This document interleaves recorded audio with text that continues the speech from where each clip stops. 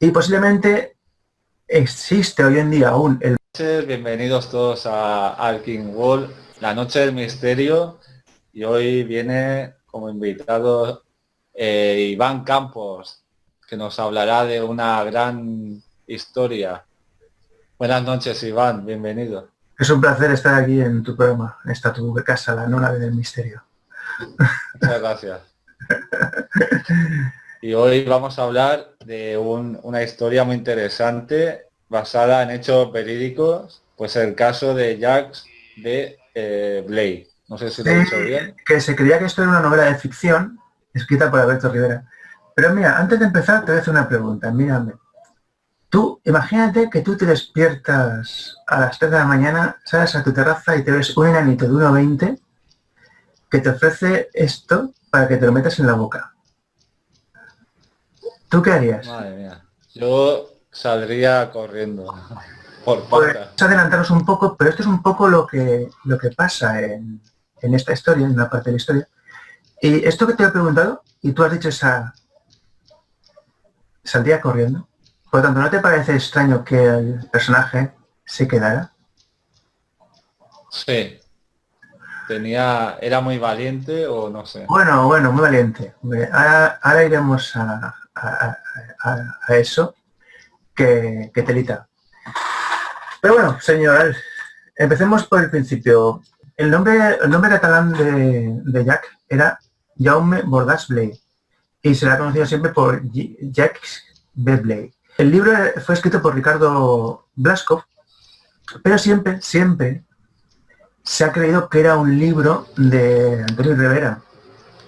Y de hecho en un momento dado Antonio Rivera firmó el libro como suyo. Esto ya por sí es un misterio, porque Ricardo Blasco es un nombre, un autor, y es real. Entonces, ¿por qué firmó Antonio Rivera el libro como suyo? Ese es el primer misterio. ¿Por qué crees que lo firmó? Porque te vas a sorprender. No tengo ni idea. Bueno, él empezó a tomar notas, pero no hizo borrador ni nada. Y le llamaron para irse a la isla de Pascua. Dejó el proyecto y se fue. ¿Pero qué pasa? Que todo aquel que haya trabajado para editoriales sabe que las editoriales, cuando pagan, por poco que sea, se lo entregas. Entonces, posiblemente, Antonio Rivera, que no habría escrito ningún borrador, sí que escribió alguna nota y se la dio a la editorial y se fue. Entonces, años después, cuando Javier Sierra, en un programa de televisión, le dio su libro, dijo, pues la editorial cogió las notas que le di, contrató a 3 negros y escribieron el libro, basándose en mis notas. Por lo tanto, lo firmó creyendo que estaba firmando un libro suyo desarrollado por negros.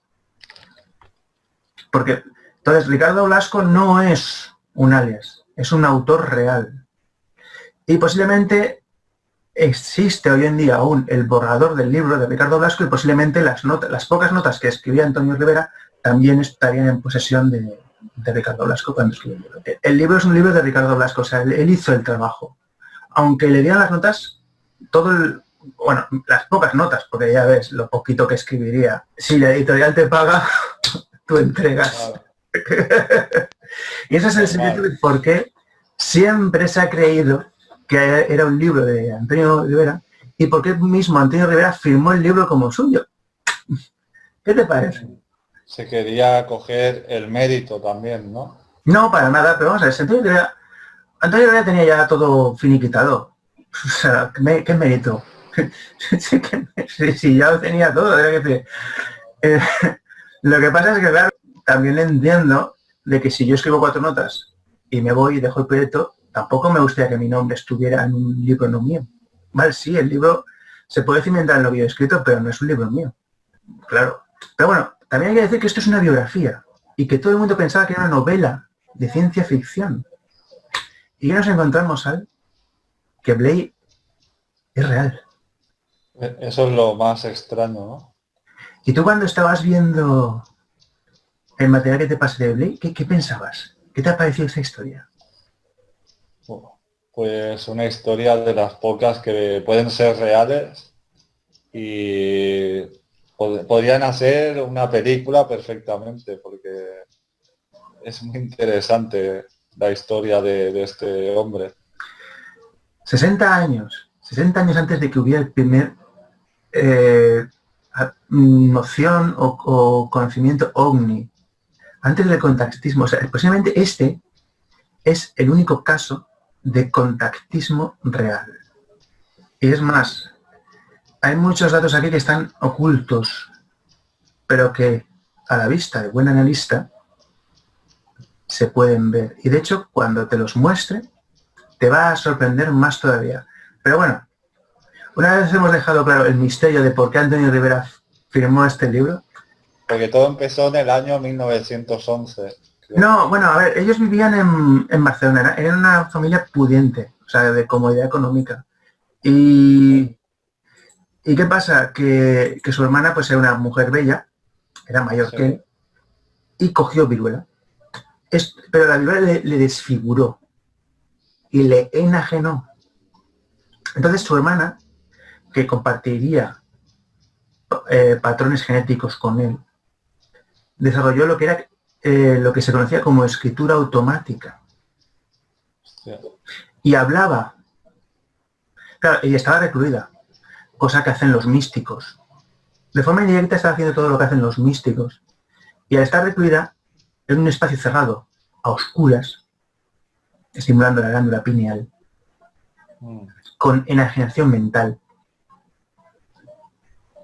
Que es curiosa la combinación. Pues sí. Se expande la conciencia. Y puedes o hablar solo o con alguien. El problema es que como estás enajenado, no sabes si estás hablando solo o con alguien realmente. Claro. Pero Sí. por lo que podemos ver después en la historia, sí que puede ser que estuviera hablando con alguien porque le dijo cosas a su hermano y se deja ver que hizo dibujitos del con quién hablaría luego su hermano. Hostia, qué interesante, ¿eh? Y Bueno, podemos decir que era una familia de Cataluña, sí, ¿vale? Y bueno, que estuvo encerrada la hermana, o sea, Ángela, hasta los 37 años, ¿no? 37, 8, 9, 10, 1. Muy cabalístico, ¿no? Sí, ¿eh? Hostia. Si te das cuenta, no hay elementos al azar, todos tienen un significado. Este hombre, esto es adelantarnos un poco en el tiempo, pero este hombre fue un místico, tuvo un despertar espiritual de comprensión y llegó a un estado de conciencia elevado, que por sí solo podía haber llegado, pero la ayuda extra que le dieron fue lo que le permitió llegar a ese estado elevado. Y evidentemente esta familia tenía una genética determinada que les hacía proclive a ello. Porque si ya vemos que la hermana podía entrar en estados alterados de conciencia, no fueron, o sea, no fue porque sí, le buscaron. O sea, no bajemos y al primero que veamos le cogemos. No. Cuando tú haces un Entonces, estudio, sería porque ya lo estaban vigilando y estaban viendo lo que él estaba... sí, veían las posibilidades que tenía. Es más, Posibilidad, sí. posiblemente les estudiaron desde, no voy a decir generaciones, pero sí que les estudiaron. Porque tú cuando vas a hacer un estudio de una especie animal, no coges al primer espécimen. Sigues varios especímenes y eliges al más capacitado para tu estudio. Luego le marcas, le pones una pulserita o un chip y lo sueltas en la naturaleza y le rastreas. Fíjate lo que acabo de decir. Lo que hace el ser humano con animales inferiores. ¿No? Sí, sí. Eso me suena lo que están diciendo por ahí. Vale. Y bueno, empezó todo el gran cambio en el año 1921. Sí. Es por lo que te he comentado de que él se despierta una noche a las 3 de la madrugada, sale, se ve la V, el triángulo, el fenómeno ovni y una figura de 1,20 m Hostia. que le ofrece una cosa como esta con sabor a asfalto y que le cambia. Ahora bien, ¿esto por qué tenemos que pensar que es real? Porque, como tú bien has dicho, saldrías corriendo. aquí tenemos ya dos cosas que podemos interpretar. La primera es que no sea un recuerdo completo y que le manipularan la mente para que no saliera corriendo y se metiera eso en la boca. Porque aun siendo un niño, si a ti se te aparece algo que no sabes lo que es y te da un caramelo, ¿te lo vas a comer? No. Entonces, por una parte, todo lo que ve él puede ser una interpretación de su cerebro de lo que vio realmente. Porque estamos hablando de fenómenos físicos que el ser humano no puede entender, porque no tenemos la capacidad para entenderlo. Entonces, el cerebro llena esos vacíos.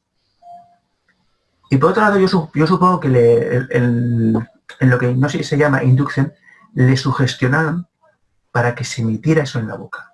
Creo que ese recuerdo es real, pero que está manipulado para que la mente de él pudiera aceptarlo y comprenderlo. ¿Qué te parece esto? Madre mía. O sea, tenían poderes telepáticos. Espera, que ahora vamos a lo mejor. El caramelo que le dan que sabe alquitrán. Y que a raíz de comerlo, desarrolla una habilidad mental increíble y un cambio físico increíble. ¿Tú por qué crees que es? Y estamos en 1921. Porque, bueno, le dijeron que era el protegido y entonces, claro, dándole eso, le iban a cambiar unas cuantas, bueno, ¿Tú sabes en qué consiste? su metabolismo, ¿no? ¿Tú sabes en qué consiste la terapia genética? La terapia genética consiste en introducir una serie de genes en tu ADN por medio de un retrovirus para conseguir una serie de cambios físicos y mentales. Fíjate tú atando cabos, ¿eh? Algo que le cambiaría su ADN. Sí, y de ahí expandió la conciencia, tal. También, ahora aquí, mira, a ciencia cierta, por la descripción que da, eso es un cambio biológico. Y ahora voy a decir otra cosa que esto no lo puedo, hasta que no tenga más datos no puedo defender la hipótesis. La hipótesis del cambio genético es evidente, porque experimenta de la noche a la mañana un cambio psíquico, físico, con una alteración biopsíquica. Vamos, blanco y en botella, lo has visto en el material. Sí, ¿Por qué? Porque te comes un trozo de metal. Vamos. Por favor. ¿De qué otra forma se puede decir? Tú que, por ejemplo, ¿tú qué pesas y cuánto mides? ¿Cuánto mido? Sí. 1,81 y peso 69 más o menos. Vale. Y si yo te doy un caramelo y en 3 días pesas 100 kilos y no de gordo, ¿qué vas a pensar? Pues que me has metido algo muy, muy potente, ¿no? Y si encima empiezas a pensar, a pensar de una forma diferente, a ver las cosas de una forma diferente, ha habido una alteración mental también, ¿no? Y en lo que conocemos, ¿qué es lo único que puede producir eso? Cambiar la información genética, ¿no? La terapia genética, sí. Es más, ahora esta es la parte que yo especulo porque me faltan datos. Que también el regalito que le hicieron comer tuviera nanoides. ¿Cómo? Nanoides. ¿Nanoides? ¿Qué es? Es biotecnología, robots pequeñitos que se introducen en el cuerpo humano. Ah, vale. Pero esto ya es una especulación. Claro, porque se supone, bueno, ya lo dirás más adelante, que eran de otro lugar. Con los datos que hemos dado, evidentemente, esto, aunque sea un recuerdo alterado, son extraterrestres, ¿no? Claro. Sí. Entonces, por un lado, con los indicios que dan por la descripción, hay habido una alteración biológica en el individuo. Y también deduzco por lo que va a haber en el futuro, que como lo tienen monitorizado, también tenga nanoides dentro que donde lo pueden controlar. No, o sea, que no conocías el término nanotecnología. Sí, nanotecnología sí, pero lo de Ah, pero bueno, nanoides... pero esto es una especulación mía. Porque, Ah, vale. vamos a ver, me faltan datos para defenderlo. Pero hay indicios en lo que se ve de luego la forma actual posterior que justifican. Porque bueno, es lo que te he dicho, cuando tú coges un animal para hacer un estudio, le marcas. Le pones una pulsera, le metes un chip, si es un insecto le inyectas algo. Fíjate, ¿eh? La forma de vida como superiores como juegan con las formas de vida diferentes. Por lo tanto, estás pillando la analogía que estoy haciendo entre Sí. Jack y el extraterrestre. Que no le buscaron porque sí. Buscaron, posiblemente tendrían varios candidatos, buscaron al candidato con unas condiciones idóneas para su estudio y para lo que ellos necesitaban después. Entonces, si quieres resaltar alguna cosa del incidente de 1921. Bueno, pues... Bueno, sí, lo has explicado, que se tomó, le dieron un objeto cuadrado y eso, y al día siguiente ya empezó a notar diferencias, que Sí, no, tenía más fue fuerza. sí, fue un fisioculturista.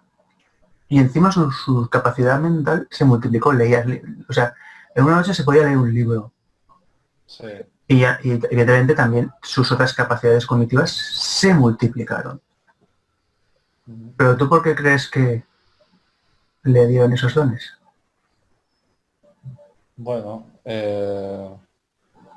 yo creo que sería, no sé, para que se pudiera expandir, ¿no?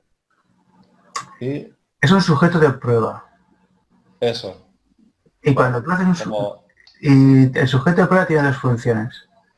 O bien un seguimiento en una población o una función determinada en esa población.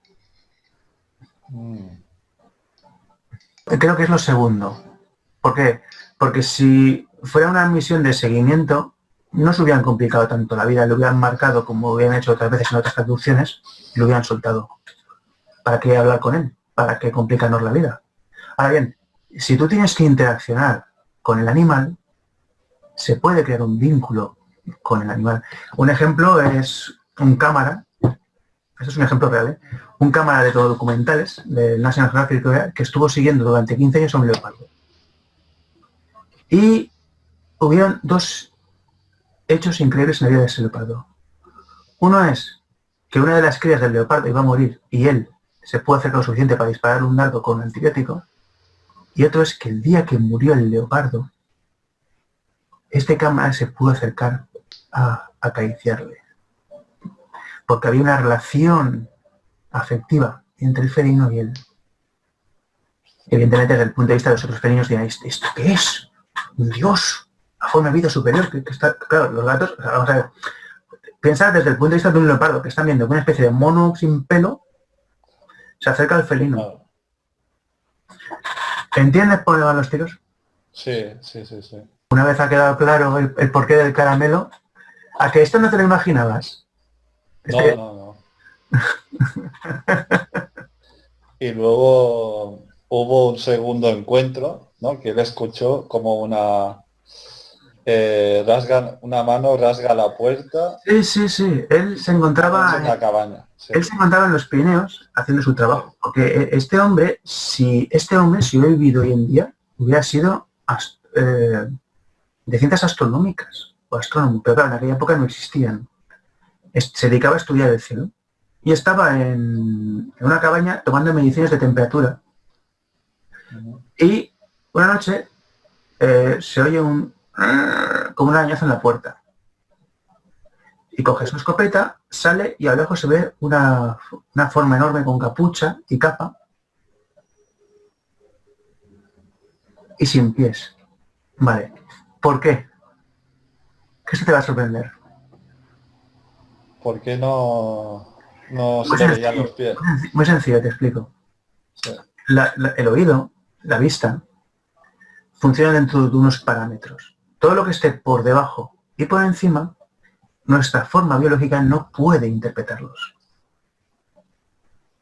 Entonces, esa forma de vida que llevaba ropa para que posiblemente pudiera verle él, su estructura atómica no era como la nuestra. Por eso no podía verle, porque biológicamente no tenía la capacidad ni de verle ni de oírle. Y ve cómo se alejando se disipa. ¿Por qué? Porque está entrando en su densidad.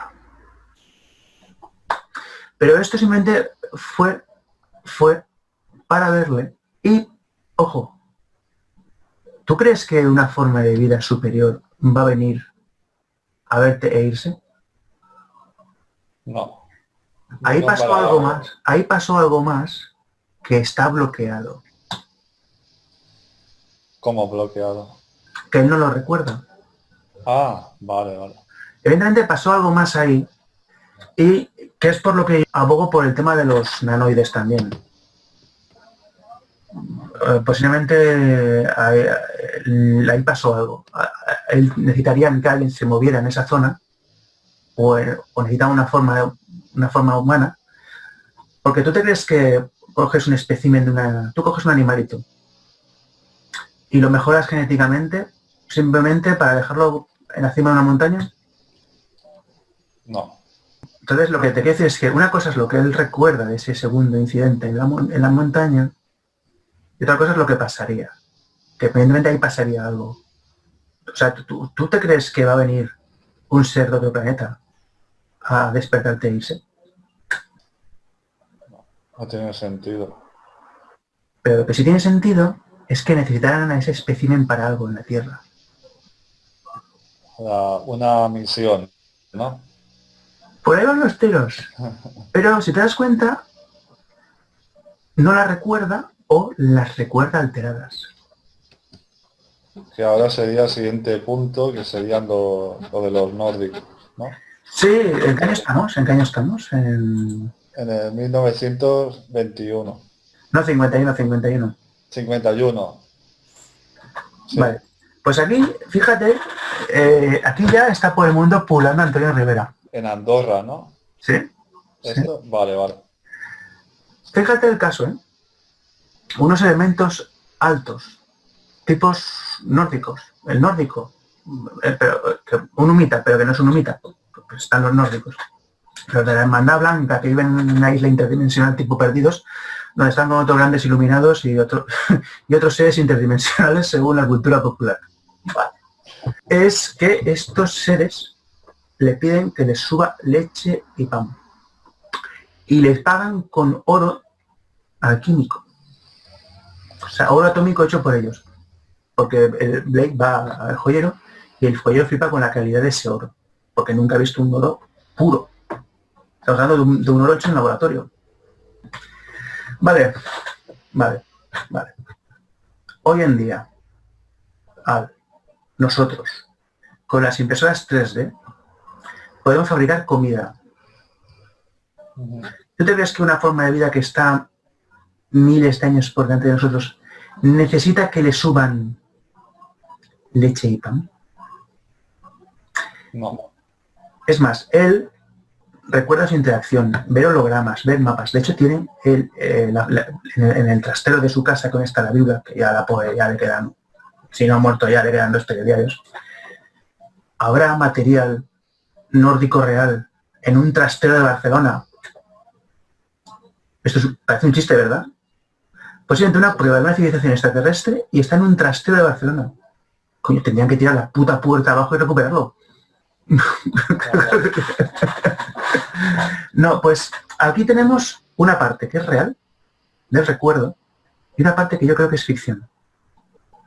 La parte real es la interacción que tiene con los nórdicos, que se hace amiguete de ellos, que le enseñan su tecnología, parte de su tecnología, bueno, miento, le enseñan más. Otra cosa es lo que él recuerde.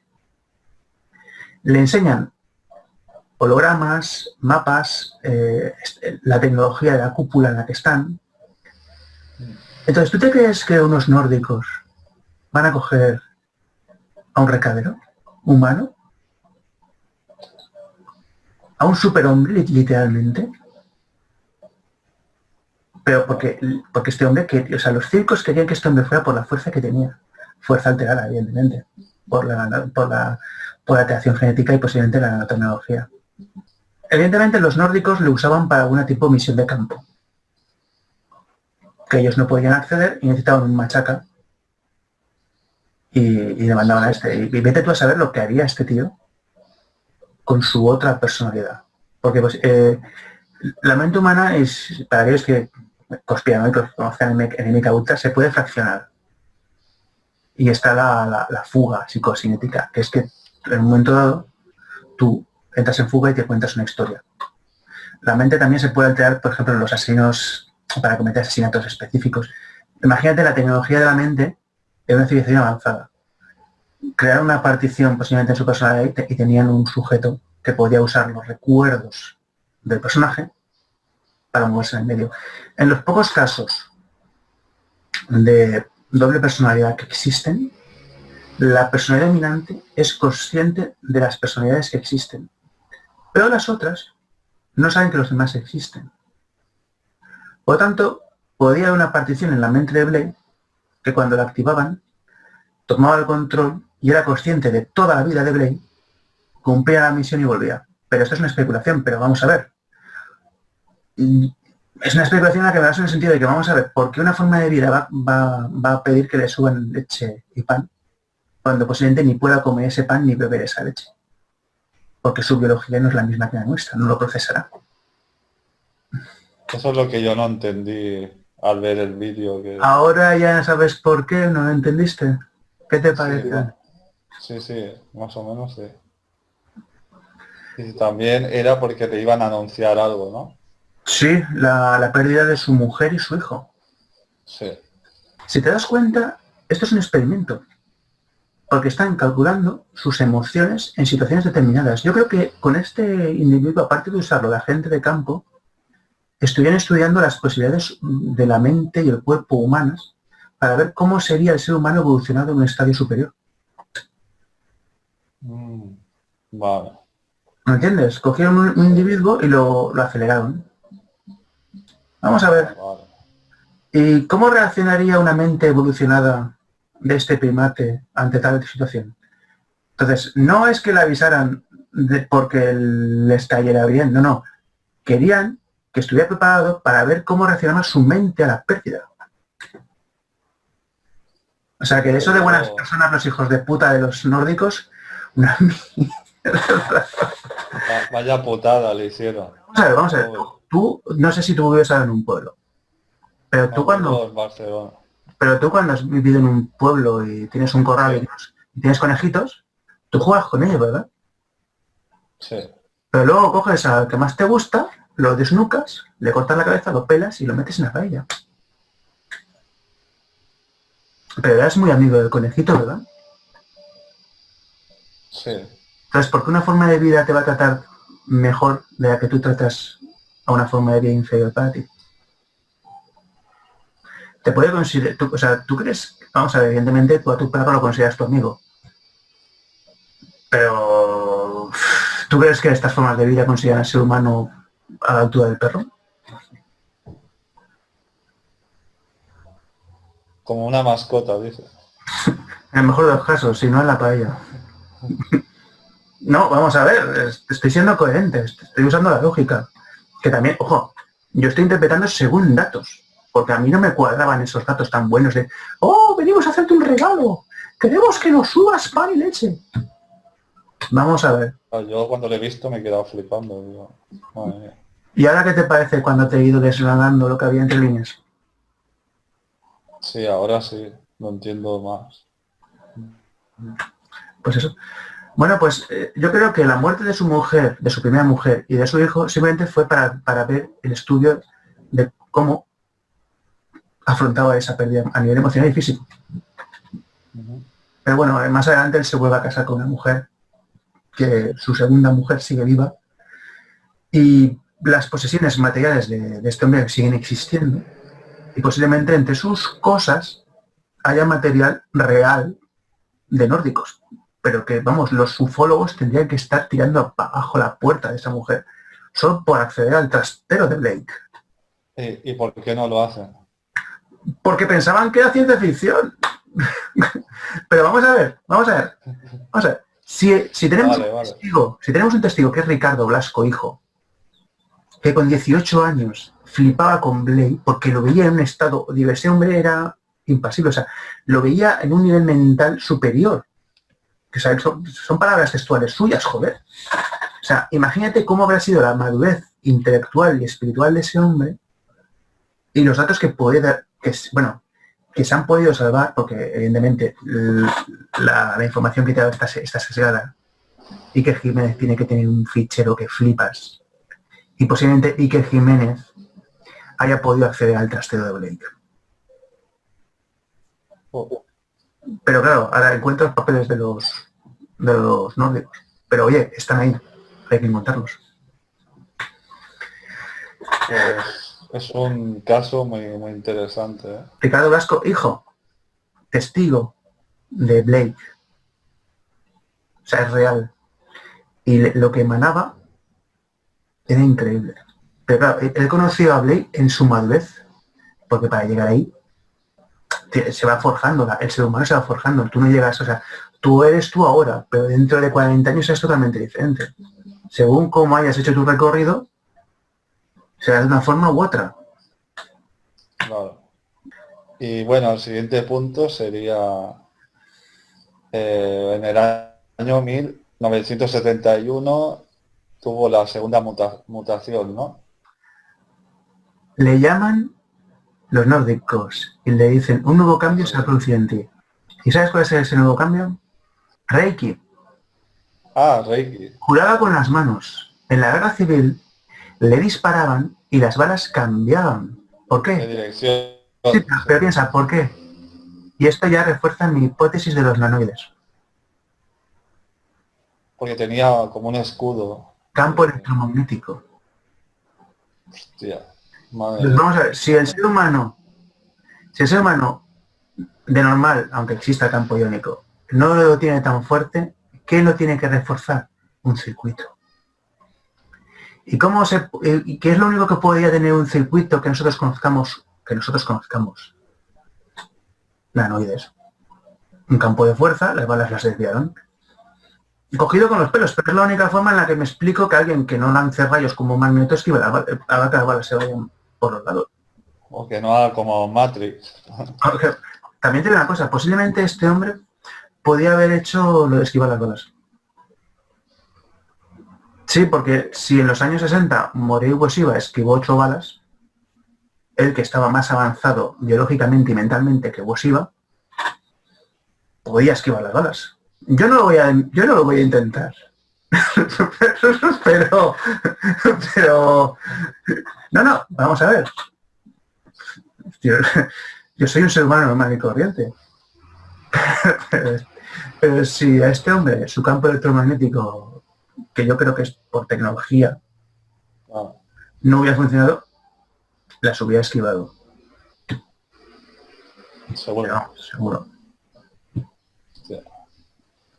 Y Otra cosa importante, que esto ya me lleva más fuera de tecnología y me lleva más a la alteración de la mente, es que él podía encontrar objetos. ¿Te acuerdas esa cosa del medievo con el péndulo? Pues sí, a él no le hacía sí, falta sí. el péndulo. Está encontrado. Está ahí bajo el sofá. Y lo del Reiki es porque seguramente le conectaron con los... A ver cómo puedo decir esto sin que me tiren piedras. Los Con chakras. con los planos sutiles, energéticos del universo y lanzaba la energía ahí con la mano. Y curó a gente. Pero a niveles superiores que el ser humano no se pueden imaginar, porque estuvo lanzando energía a una mujer durante 1 hora y le curó. Claro, el Reiki actual, suponiendo que funcione, que yo no lo tengo muy claro aún, no sé si en 1 hora puedes curar a alguien. Pero ojo, a lo mejor me sorprendo y un día encuentro una evidencia de que sí que funciona. Es que, claro, igual que estoy analizando esto y encuentro indicios que me llevan a estas hipótesis, y cuando lea y cuando tenga acceso al material íntegro sacaré mucho más, pues oye, si consiguieron crear un campo de fuerza para que esquivara las balas, o bueno, para que las balas se fueran. Y si consiguieron mejorarle genéticamente, ¿por qué no van a conseguir que lance energía curadora? ¿No? Claro. Sería más creíble que todo lo anterior. O sea, lo bueno es que también le hubieran dado el poder de volar también o algo así. No te pases, no te... Eso ya hubiera sido... En julio tendré el libro íntegro, son 198 páginas, y poder sacar mucho más. Entonces, esto es lo poquito que, con los datos que te he dado, o con los datos que hay, que son pocos, hasta la reedición del libro. Y ojo, hay datos que solo ha podido acceder Iker Jiménez. Porque no olvidemos que el material íntegro de la vida de Blake lo tiene Iker Jiménez. Y solo ha enseñado esto. Porque lo que ha podido contar esa mujer de toda su vida con Blake, telita. Pero no entiendo. ¿Por qué no le han hecho alguna entrevista a la mujer de...? Sí, pero tú has visto un fragmento. Pero esa información... Sí. Esa Pero más entrevistas. No, tienen horas. O sea, pero Iker Jiménez es muy listo y sabe que esto es un valor que se revaloriza en el tiempo. Y un segundo libro de Blake, aportando datos nuevos, porque ojo, no te olvides de que este libro es de finales de los 60. Blake continúa viviendo unas décadas más. ¿Qué pasaría en esas décadas en las cuales ya estaba evolucionado mentalmente y espiritualmente? Telita, ¿eh? Telita lo que puede haber contado la mujer después del libro de Ricardo Blasco. La información la tenemos sesgada. La tenemos desde principios del siglo XX hasta el año 68, pero del año 68 hasta que muere Blake, ¿qué pasó? Y eso solo lo ha podido contar la mujer. Y es más, pruebas físicas están en el trastero de esa mujer. Ya no solo los planos reales que le dieron los nórdicos a Blake, que son pruebas físicas de que existen los nórdicos. No sé si serán extraterrestres o no, pero de que son nórdicos, por la descripción de los ojos, tipo humitas, blanco y en botella. Y es más, esto te va a encantar. ¿Cómo era la voz de los nórdicos? La voz de los nórdicos creo que era como muy... Bueno, era telepática, ¿no? No, 1951. Una voz Sí, grave. robótica. Tipo Robótica. Loquendo, tipo traductor. Joder. Ahora lo entiendes. Le estaban hablando en otro idioma y llevaban un traductor como el de Google, y por eso esa voz les sonaba antinatural, porque no era una voz, era el traductor que llevaban ellos. O sea, para que os hagáis una idea de cómo era la voz que le hablaba, ir al traductor de Google y hablarle en inglés y que lo traduzca a castellano. Y así es como le hablaban los nórdicos a Blake. Claro, en 1951, ¿qué era un traductor? Pues era un tío al que pagabas porque te tradujera algo. No concebías un aparatito que te tradujera lo que decías. Fíjate tú, la tecnología, cuando la conoces, la puedes reconocer en el pasado. Sí, es verdad. Pues eso, tenemos, por un lado, pruebas físicas de los nórdicos, reales, que yo no sé si serán extraterrestres o seres interdimensionales, o vivirán en una isla ahí en el Quinto Pino, al lado de la isla de Pascua, o al lado de Chile, o al lado de Argentina, porque cada uno dice una cosa diferente. Pero oye, un rastro físico hay. Y si lo pudiéramos tocar y analizar, a lo mejor nos dan más cosas. Y por otro lado tenemos historias, hechos y posiblemente material físico de lo que pasó después de los 60. Porque tú te crees que un agente de campo sería desechado o lo seguirían usando hasta el fin de sus días. Yo creo que lo siguieron utilizando, ¿no? Vale. Entonces, una cosa es lo que recuerda y otra cosa es lo que pasó. Y el sistema que solamente le injertaron cuando era un crío, sí que era consciente de todo, pero la personalidad suyo Gagan no. ¿Qué te ha parecido la historia que te he contado? No, ya. Muy interesante, ¿eh? Pues, pues ya no tenemos, o sea, hasta que no tenga el libro, que lo tendré en julio, no tendré más datos. Cuando lo haya analizado, te propondré hacer más programas aportando datos nuevos. Pero claro, el problema es que la información que te he pasado es sesgada. Pero aun siendo sesgada, ¿qué te ha parecido lo que he podido sacar con pocos indicios?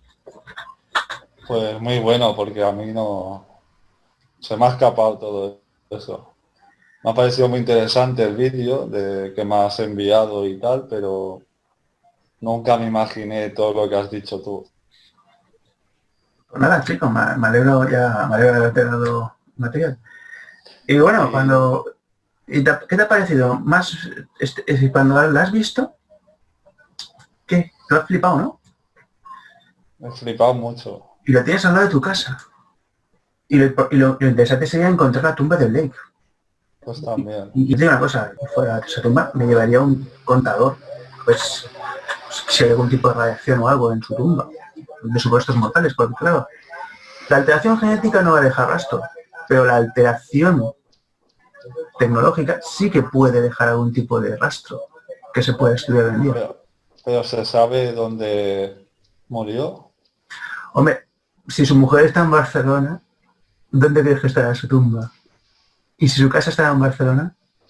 Pero hay muchos cementerios en Barcelona. Sí, es una ciudad que se remonta al Imperio Romano, es decir, para muchos muertos, pero ¿ves? Ahí radica el trabajo de investigador, ¿eh? Sí, sí, es verdad. O sea, fíjate, si fuera fácil, lo haría todo el mundo.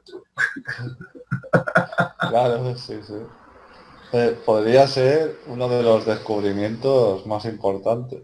Creo que si se hiciera una autopsia a ese cadáver, aparte de que podemos conseguir muestras de ADN con el retrovirus que le metieron,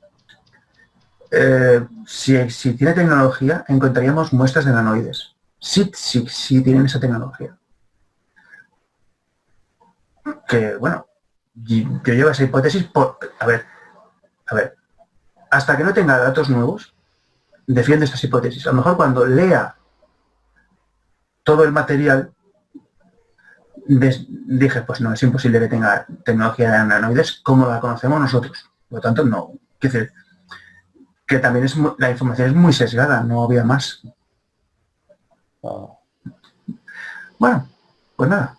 Aquí si quieres hacer una pregunta o algo, aquí estoy. Pues, bueno, le hicieron durar más de 100 años, ¿no? Murió mayor, lo que tiene lo que tiene la buena genética. De hecho, si estuviera vivo, tendría ya 120 años. O sea, que también tiene una cosa, no les interesaba mantener tanto tiempo vivo. ¿Qué utilidad práctica tiene un espécimen que no se puede mover? Claro. Ojo, en un campo físico, que a lo mejor sigue operativo en otros campos mentales. Que a lo mejor que ya no brincara como un Sansón, no quiere decir que no trabajara a nivel mental en una serie de cosas. Claro. Y te quería preguntar, ¿han habido algún caso parecido a este? Nada. Este es el primer caso de contactismo que podría decir que creo que es real. Y el resto son un fake. Fake como una caca, ¿no? Mira, he entrevistado a un supuesto contactado que aparece en un libro de JJ Benítez. Y el contactismo es un negocio. Es un negocio en el sentido de que, vamos a ver, aparece en un pan de donde, en el cual hay una inestabilidad ideológica y social. Pues la gente necesita algo que cogerse, pero que son respuestas. Te lo he comentado una vez, el magufismo. El magufismo es una respuesta social a una serie de inquietudes del ser humano que las tiene que clasificar en eso, porque ya no la puede clasificar en dioses antiguos o en personajes mitológicos, porque estamos en otra época y en otro donde. No. Pero claro, cuando te encuentras un caso real y pues dices, joder, es como pues es de los pocos casos que vamos a ver. Es que cuando esto es descrito no existía. O sea, cuando este hombre contó esto en 1921 no existían los grises, no existían los ovnis. Me lo tengo que creer porque está dando datos que no aparecerían hasta 50 años después. Entonces, joder, blanco y en botella. Sí, sí. Sí, esta sería una de las pruebas de que es un caso real. Por eso. Y luego, ¿tú qué opinas del caso de Jofra? Cuéntamelo y te doy mi opinión. Bueno, me acuerdo así un poco por encima, que también fue es un contactado que estaba haciendo el servicio militar. No sé si eran por Blanes o por ahí Lloret de Mar o por ahí arriba, ¿no? Sí. Sí, la Costa Brava. Y bueno. Ah, es el de la forma luminosa que entra, le dispara. Sí, que salió. Sí, y lo mandan al perro. psiquiátrico, ¿sí, no? Sí, algo así, sí. Bueno, pues eso tuve la suerte de no hablar con él, sino con... Parcerisas. No, con el periodista que cubrió la noticia. ¿Y sabes lo que fue realmente? Que el oficial, el capitán Amanda tenía a su amante ahí y vino a ver y pasó algo. ¿Y qué pasa? Que iba a venir su mujer y tuvieron que taparlo de alguna forma. Qué fuerte. Entonces, este pobre hombre pilló cacho sin ser consciente de algo y le dijeron eso. ese es el... Que por cierto, no voy a decir nombres, pero esto me lo dijo alguien de dentro. O sea, que ese caso, como tú puedes ver, han usado a un pobre tío y le han comido el coco, pero que no hubo... O sea, sí, y aún habla de ello, ¿eh? Bueno, a ver, si tú tienes una experiencia traumática, sí. ¿Qué vas a contar? Pero que esto fue para tapar el adulterio del oficial al mando. Bueno, que yo, evidentemente, la mujer de él no va a estar viendo este programa. Además, estoy hace 20 y pico años, no, más. O más. Porque o sea, que todas las partes ya están... Yo creo que todas las partes ya se han reconciliado y han superado el tema de los cuernos. Sí, seguro. Pues muy interesante el tema que has contado, Iván. Y nada, ya a ver, haremos más programas. Televidentes, audiencia, querida audiencia, tienen que pasar por los canales de Iván, que van a estar aquí abajo en la descripción. Si me los puedes nombrar, porque yo me acuerdo de uno solo o dos. ¿Cuál? ¿El de Iván Campos? Sí. el otro uno es Iván Campos, el otro es Ultra Misterio. Sí. Y el tercero, algo de cuerpo... Escuela de Poder Mental. Eso, Escuela de Poder Mental. Pues gente, pasen por esos canales que están muy, muy interesantes. Sí, de hecho, te digo una cosa, el de Ultra Misterio, cuando termine de colgar todo el material que tengo antiguo, voy a empezar a hacer material nuevo. Y vais a flipar. Que vamos a ver, tú cuando vas a la fuente original, no se parece en nada a lo que te están vendiendo. Y voy a poner un ejemplo. Hace unos años, con el boom de la Tierra plana, a mí sinceramente, pues, llamarme loco, pero yo pienso que la Tierra es redonda. Pero, yo también.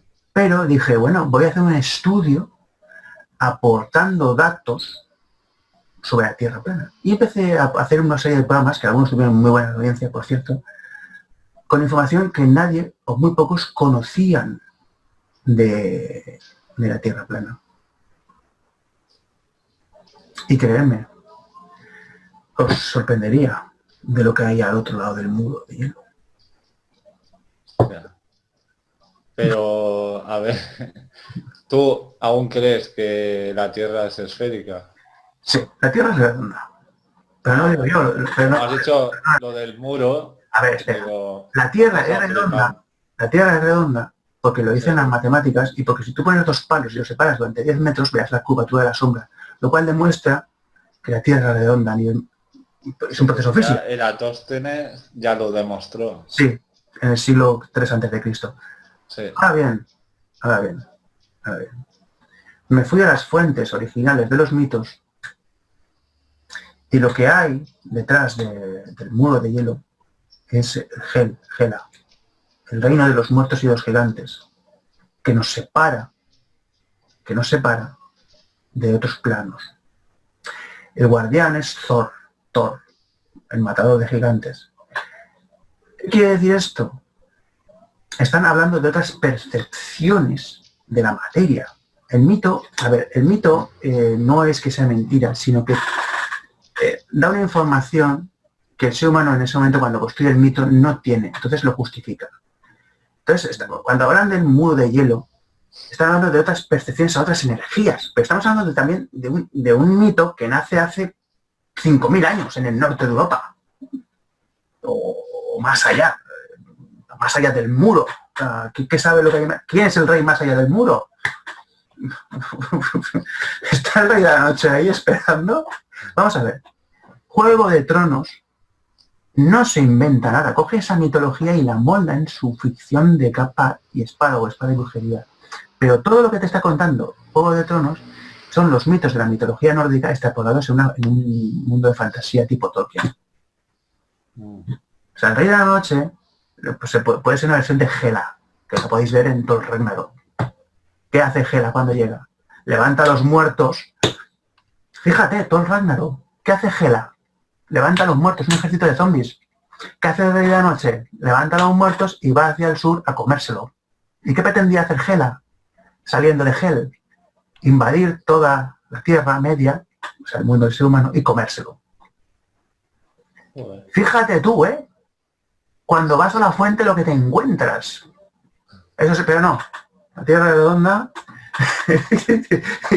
Pero estamos hablando de otras percepciones. Por ejemplo, dioses de Egipto. ¿Lo has visto? No, pero he visto la de Stargate. No, pues dioses de Egipto llega un momento en que Horus va a hablar con su abuelo.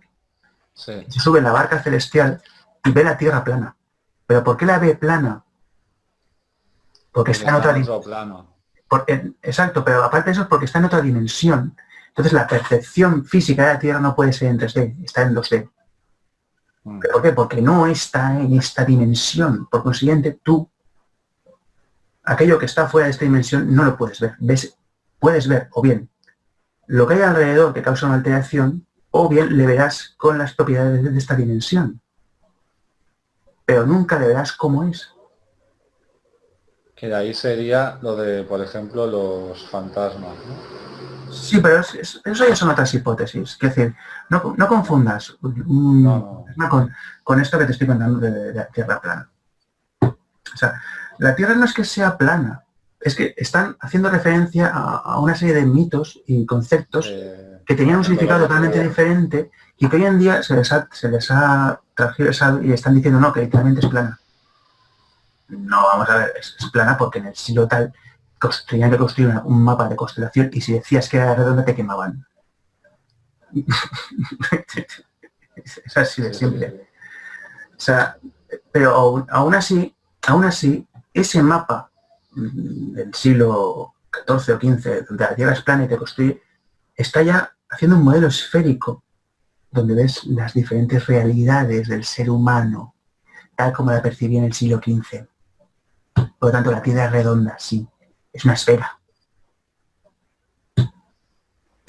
Sí. Aunque sea plana. Eso podríamos hacer un programa muy interesante. Podríamos hacer otro día de... Sí, podemos hablar un día. Me lo puedo preparar y recuperar la información de... Sí. Bueno, gente, gracias por vernos. Espero que os haya gustado el caso de Jacques Villray. Y bueno, como siempre, magistral Iván Campos, aquí, hasta el próximo videoprograma. Gracias a todos, chicos. Me lo paso bien. Chao. Tú también. Chao.